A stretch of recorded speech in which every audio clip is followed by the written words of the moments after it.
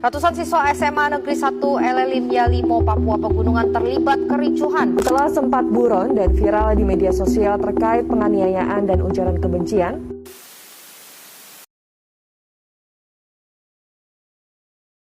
Sebentar. Kita sudah di tahun 2026. Teknologi makin canggih, pendidikan makin tinggi.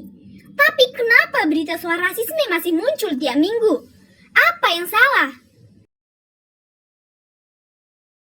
Nah, sebelum kita bahas rasisme, kita harus sepakat dulu soal satu hal, HAM. HAM bukan sesuatu yang dikasih pemerintah. HAM itu melekat sejak kamu lahir, dari Tuhan. Artinya, tidak ada satupun manusia di bumi yang berhak mencabutnya. Akan tetapi, kalau sudah dari Tuhan, kenapa masih bisa dilanggar? Karena HAM itu bersifat universal, berlaku untuk semua. Tapi pelaksanaannya bergantung pada manusia itu sendiri, dan disinilah masalahnya dimulai.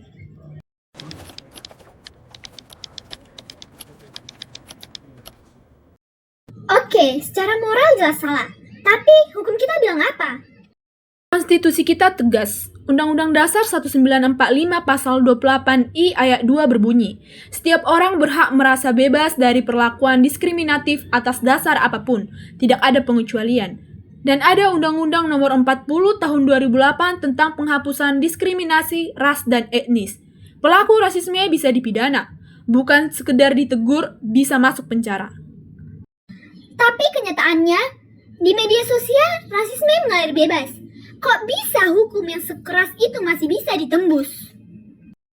Pertanyaan bagus, dan itulah yang harus kita bedah. Ada dua akar masalahnya. Pertama, dari dalam diri. Sikap egois dan merasa kelompoknya paling unggul. Ini yang memunculkan stereotip, ejekan bercanda, sampai penghinaan terbuka. Banyak yang tidak sadar. Komentar yang mereka anggap lelucon itu meninggalkan luka yang permanen. Dan kalau diprotes, bilangnya baper. Padahal itu kan rasisme. Tepat. Kedua dari luar. Teknologi yang disalahgunakan. Anonimitas di internet membuat orang merasa bebas berkata apa saja tanpa konsekuensi. Ditambah budaya diam. Saat kita menyaksikan diskriminasi tapi memilih tidak bereaksi, kita tanpa sadar ikut melenggangkannya. Kita mundur sebentar ke salah satu babak paling kelam dalam sejarah bangsa ini. Tahun 1998, Indonesia sedang dalam krisis besar. Ekonomi hancur, nilai rupiah jatuh bebas. Rakyat kesulitan membeli kebutuhan pokok. Kepercayaan terhadap pemerintah hampir habis. 12 Mei 1998, mahasiswa Universitas Trisakti turun ke jalan. Mereka menuntut reformasi, menuntut perubahan. Tapi saat hendak balik ke kampus, terjadi penembakan. 4 mahasiswa gugur. Mereka cuma mahasiswa yang mau negaranya lebih baik. Iya, dan kematian mereka memicu sesuatu yang lebih besar. 13-15 Mei 1998, kerusuhan meledak di Jakarta dan beberapa kota besar. Ratusan orang meninggal, ribuan bangunan dibakar dan dijarah. Dan di tengah kekacauan itu muncul tindakan diskriminasi yang sangat sistematis terhadap kelompok etnis Tionghoa. Tokoh-tokoh mereka jadi sasaran, rumah-rumah mereka dibakar, banyak mereka yang jadi korban kekerasan hanya karena identitas mereka. Jadi, di tengah krisis itu, ada orang yang dijadikan kambing hitam karena etnisnya. Tepat, itu yang paling menyakitkan.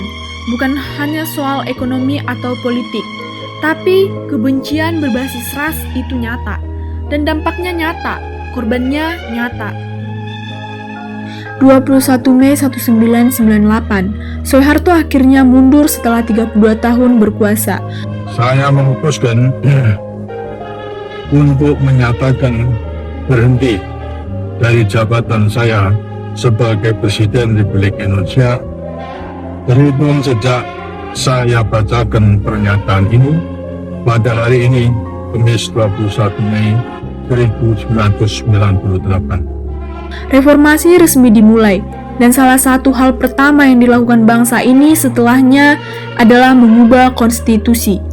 Memasukkan jaminan HAM secara eksplisit ke dalam Undang-Undang Dasar tahun 1945, termasuk pasal 28 yang kita kenal sekarang.